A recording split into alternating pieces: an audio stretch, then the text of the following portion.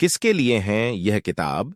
यह किताब एक कक्षा 8 में पढ़ने वाले छात्र से लेकर एक शिक्षक, बिजनेसमैन तथा उन सभी के लिए है जो अपने जीवन में कुछ बड़ा करना चाहते हैं। यह पर्सनल फाइनेंस पर लिखी गई सर्वश्रेष्ठ किताब है। यदि आपने पर्सनल फाइनेंस के बारे अभी सीखना शुरू किया है तो यह आपकी पहली किताब होनी चाहिए। रिच डैड पुअर डैड की समरी इन Hindi. Rich dad poor dad की यह समरी हिंदी में। इस किताब के लेखक मिस्टर रॉबर्ट कियोसाकी कहते हैं कि उनके दो पिता हैं।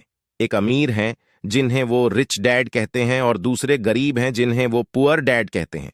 इस किताब में उन्होंने अपने दोनों पिता के विचारों से जो सीख ली है उसी के बारे में है, जैसे कि अमीर कैसे बना जाए, अमीर बनने के लिए क्या क्या करना पड़ेगा, लोग पैसा कमाने के बारे में कैसे सोचते हैं, पैसा कमाने की शुरुआत कैसे की जाए आदि। ये किताब लोगों के अंदर फाइनेंशियल अवेयरनेस, आर्थिक जागरूकता पैदा करेगी। आइए इस किताब की समरी देखते हैं।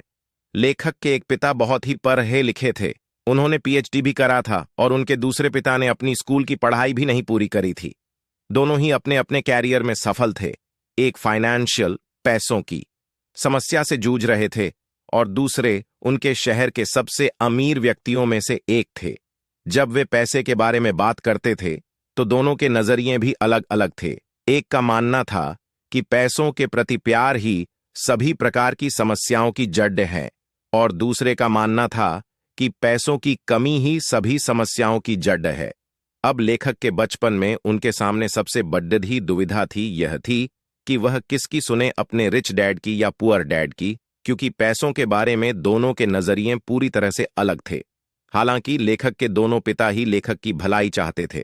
उनके पुअर डैड को हमेशा यह कहने की आदत थी कि हम ये नहीं ले सकते हैं, हम वो ले नहीं सकते हैं। वही उनके रिच डैड इस शब्द कभी भी उपयोग नहीं करते थे।